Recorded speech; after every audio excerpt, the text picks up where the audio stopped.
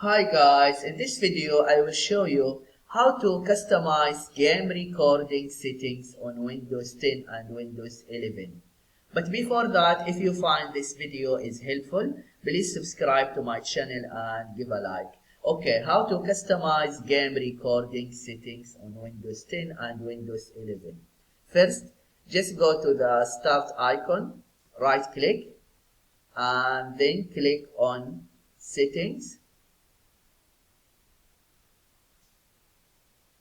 After that, click on gaming, and then in the left sidebar, click on captchas.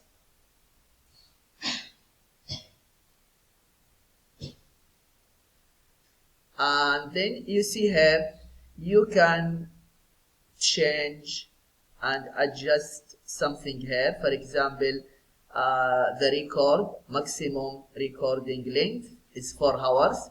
If you have 30 minutes or 1 hour, you can increase it to 4 hours. And then the audio quality, 128 kbps recommended.